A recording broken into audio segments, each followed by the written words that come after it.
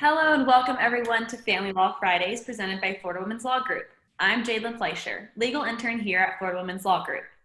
Family Law Fridays is designed to be a resource for all women with any type of family law issue. Today, we will be discussing what to do if you think your husband is hiding assets. Before we get started, I would like to give you some information about our host. Our host is Heather Quick, founder and CEO of Florida Women's Law Group, which is a family law firm that advocates for women in North Florida. The firm educates and empowers women on their rights and the law so they can find the strength to endure the process and end up better financially and emotionally. Heather Quick has been a licensed Florida attorney for the past 20 years, with the majority of her practice over the years being in family law. Please join me in welcoming Heather Quick to Family Law Fridays. Hello and welcome. Thank you to everyone who is joining us today. And we are going to talk about divorce and hiding assets. I met so many women over the years who are concerned that their husband has strategically been planning, maneuvering for a divorce prior to filing, and unbeknownst to them has put assets, hidden assets, maybe gotten them offshore, spent money they didn't know about, and just a myriad of things. But it causes concern, and again, it causes fear. And if you are in that position or someone who is, we certainly understand, because it's scary. And to think, well, here we've built a life, we have, I've contributed and I've been a part of this life. He's now saying he wants a divorce and that the money is gone, or there certainly isn't the money there that once was. And you're scared because we have to find it, and in order to divide it. So let's talk about what are some best practices. How can we handle an issue like that? And what should you do if you see this coming, or you have heard things you're suspicious of? So, the first thing to do is and there are a couple different scenarios. One, you could be like, well, I want to get a divorce, but my husband is a savvy businessman. I've heard that many times. And he controls everything, and I don't know what he's done with it. All right, well, that's valid. It certainly is valid, because when you're in business, and I'm a business owner, there are many things that you do. One, to support the business, and many legal things you can do with different corporations, different businesses. One, just to limit your liability and protect yourself, and take advantage of certain tax advantages and incentives that you can through different things. And certainly investing in different areas, diversifying, whether it's rental properties, investment accounts, and other commercial property versus residential. There's a lot of different things, artwork, jewelry. There are a lot of things you can put your money to earn money for you that does protect you and allows you to earn more. But if you're unaware of where that is or what he's done, I know that makes you scared and you're not sure. So if you're the one in a situation who wants a divorce but is nervous about where the assets might be, you're in a good spot, I can tell you, because you haven't filed it. No one has. So more likely than not, it just depends. Your husband's not going to be that suspicious if you start, doing some investigating on your own. And it's being smart, not deceitful. And then you will find out, has my husband just been smart and savvy, or has he been deceitful? Or is he maybe planning something that to protect himself? So what you'll want to do is, it's important to look at, well, do we have accounts, and what types of accounts do we have? How many businesses is my husband involved in? How many is he a partner in, or an officer? And where maybe money is being placed. Now, if you are in the situation where he's a business owner and has many different business interests, then that becomes more complicated, because yes, we have to look at all of those different things and see, okay, well, there's these entities, but he's active or non-active. Are there bank accounts? Is money being earned but kept there to be left maybe, or just not to be seen by the marital estate? Because when we're looking at what is marital, everything that has been earned, and any debts incurred during the marriage. So if it's a long-term marriage, sometimes that could be everything, but you've got to look at, well, where's the money gone and how is it titled? That doesn't mean it's not marital. It just means we're going to have to work harder to get it. Because if you've invested in property, and particularly outside of the country, more likely than not, it's set up in a corporation type situation, and you may not have access to that. So you really have to look at that. Have there been any types of trust set up that you don't know about? Again, maybe snooping around some and, looking at the tax returns, which if you are on the tax return, you're certainly entitled to a full copy of the tax return. That can, it gives me some insight because I've looked at them for so many years. However, if we have real concerns, we bring in an expert to really examine that tax return. And many times those experts, those forensic accountants, have said, well, we want to request either the transcripts behind the tax returns, and then a lot of times the accountant's notes and documents that accompany it can learn more information. But many times there's investment properties all over and outside the country, and that requires a little bit more of investigative work.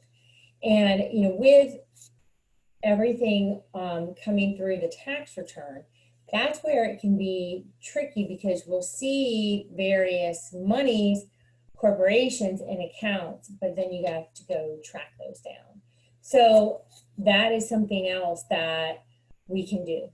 In Florida, the discovery process is quite wide open from a perspective of you're entitled to everything. And when I say everything, I mean anything that's relevant and that leads us to information that will assist us with, establishing what are the marital assets, what are the marital debts. And even if it's a non-marital, something he came into the marriage with, but now has appreciated, is there a marital component? And what type of evaluation are we going to perform on that? And those are, that can be a lot of money on the table. So that's really important. And, it's scary, like we talked about, not knowing where the money is. And then, trying to figure out, well, how are we going to find that out? Well, many times we start with the banks and, you issue subpoenas. Most individuals may have just several accounts at one bank, but they also may bank at other accounts as well. May bank at other banks, but we can see that information through, 3 to 5 years of bank statements, and you subpoena them directly from the bank. So they send you everything.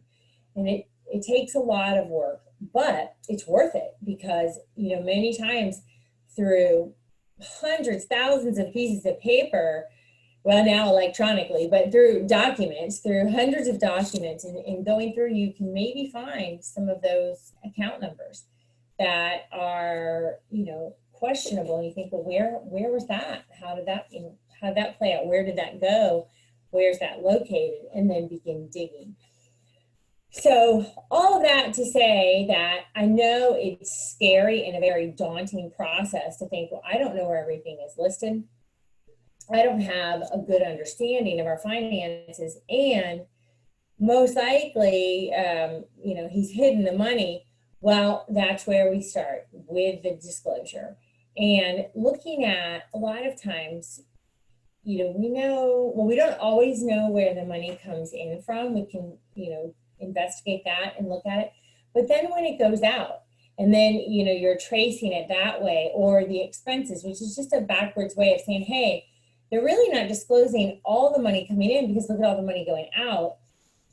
Clearly, they're hiding something, whether it's a different company where they're getting money or different accounts where they're paying things from. So that is important to know that more often than not, we find that information. And although you may be fearful, scared, really concerned about where the money is and if you're going to, be able to find it, most of the time that we do, we have really good accountants and experts that we use who are, and that's what their experience is in fraud and finding those types of hidden assets. So it's not something that generally your lawyer or even you are maybe going to be able to do on your own, but with the right experts, we certainly can.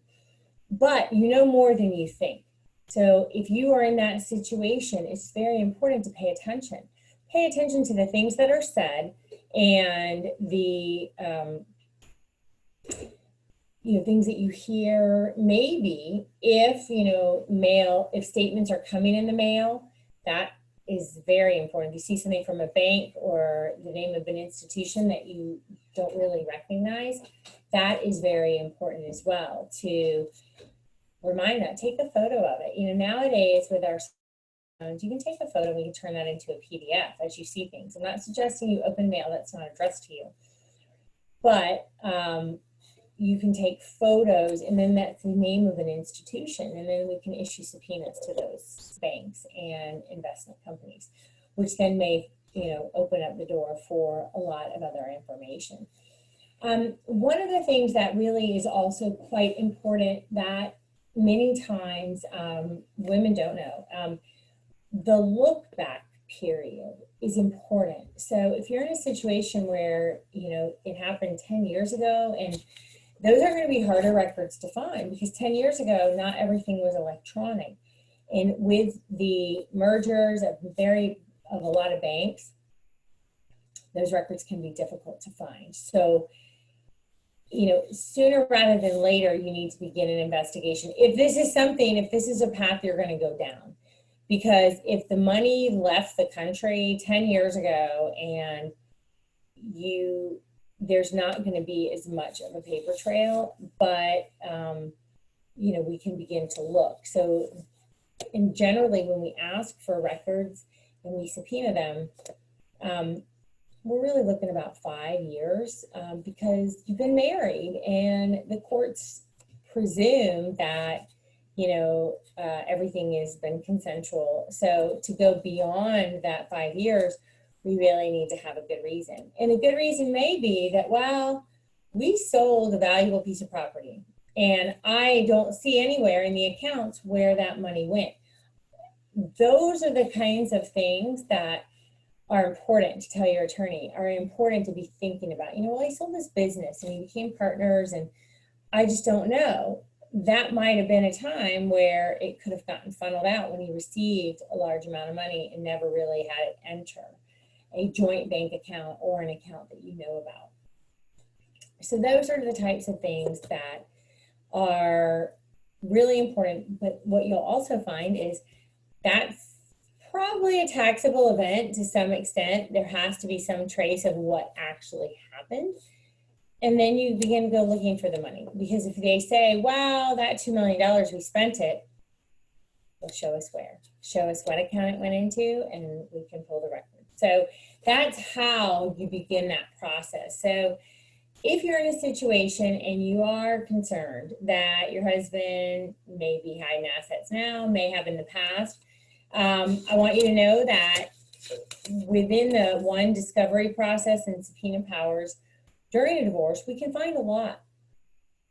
And then also, it's the forensic accountant who can really dig in and look and really try to piece together through maybe not just one document, but it's getting several different documents from different areas. And then they put it together like a puzzle. And then we can at least show a picture of what we believe happened and maybe even find the money. And many times you do, you find where it is, and you want to do that during your divorce. Don't, I did another video on another Family Law Friday about going to mediation unprepared without the knowledge. Don't do that and come see me, a year later, say, well, I think there was fraud and there was, things were hidden. Because if you sign a mediated agreement, you're pretty much waiving all future discovery. So it's very important to understand that, and don't think, well, I'll find it out later. Let's just get this over with. One, you may or may not find it over, and there are time limits to that type of thing, and you have to be careful if you sign something and acknowledge that you're provided with full disclosure, because that's a real problem, and it may limit your opportunity to really look and see what was your fair share. So if you do it right the first time with the right experts, and yes, sometimes not sometimes, it does. It costs money to find the money if it's truly hidden. And that's why we'll do, preliminary discussion and investigation, so that we're not going after something that we don't have a reasonable belief exists. Because I am certainly not, I'm a big believer, like, hey, if we need an expert to determine something, let's do it. But not unnecessarily. We need to have a good basis and understand, how long it's been. Are there some ways to find out this information from your husband through our normal discovery processes that we should do first, because we got to get the documents and look at it and investigate. There's a lot of different ways. So if you're in that situation, you should absolutely let your attorney know. Let them know all of your concerns, beliefs, your theories, or anything like that. They're not just conspiracy theories, but if they are, they still may have validity. And the only way to know is at least share it. And then, normally we can figure out a way. Well, if we ask these questions or receive these particular documents, that should be a clue one way or another if, there's another account offshore, if an investment was cashed out and potentially moved. So that's how we do it. There's, of course, a lot of, if it's in the U.S., a lot of records, and we can locate different property and different accounts relatively easily. But the first step is having the right professionals on your side so that you can begin that investigation and, at least see what you find out. Because I talk about it a lot. When you're going through the divorce, it is a marathon, not a sprint. You have to, really get strong, be ready to wait for all the information.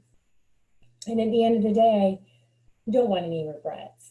We're looking to have made decisions or gone to trial with everything that you needed. And many times it can be hard. I just, as a final note, sometimes there's nothing hidden. There's no trace of anything. Now, of course, all we can base that on is the information that's given to us, but there's nothing there, or the money's just gone.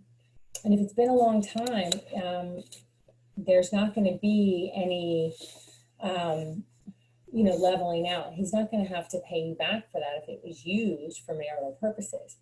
Now, and then there are a lot of other cases where maybe it wasn't used, for the marital estate or the household, but then we look at time. How long has that been? If that was 10 years ago and he blew, $250,000 on gambling, honey, we're very likely not going to get that back now if it happened that long ago. So those are the types of things that are important to know. And that can be hard to swallow. Like you think, oh my God, and I stayed all this time and now I can't get that back.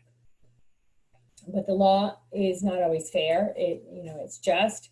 There are some things that we can do, and the court, has got to follow the law. There's areas where they have room to maybe make things unequal, to adjust for something that happened in the past, but it doesn't happen a lot.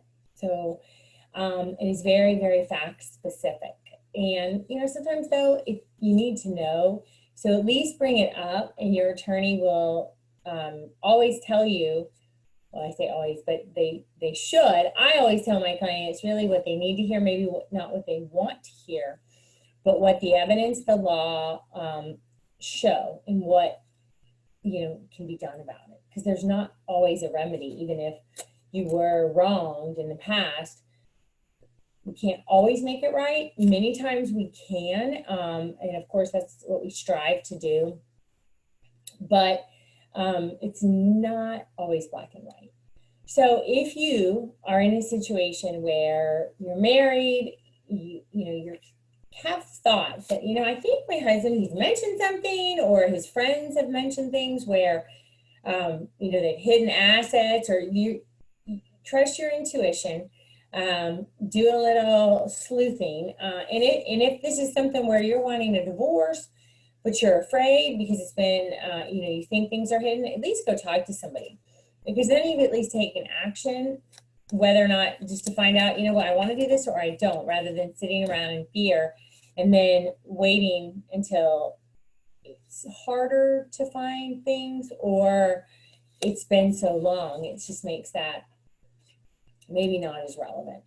So we are here for you at Florida Women's Law Group, and encourage you to reach out if this is something that touches a nerve with you, or a friend of yours, a family member that you've heard them talk about it and you think, oh my, they need to hear this or talk to somebody about it, because we see the things on the news and in the magazines that assets get hidden and put away, and corporations, and then the wife ends up with nothing.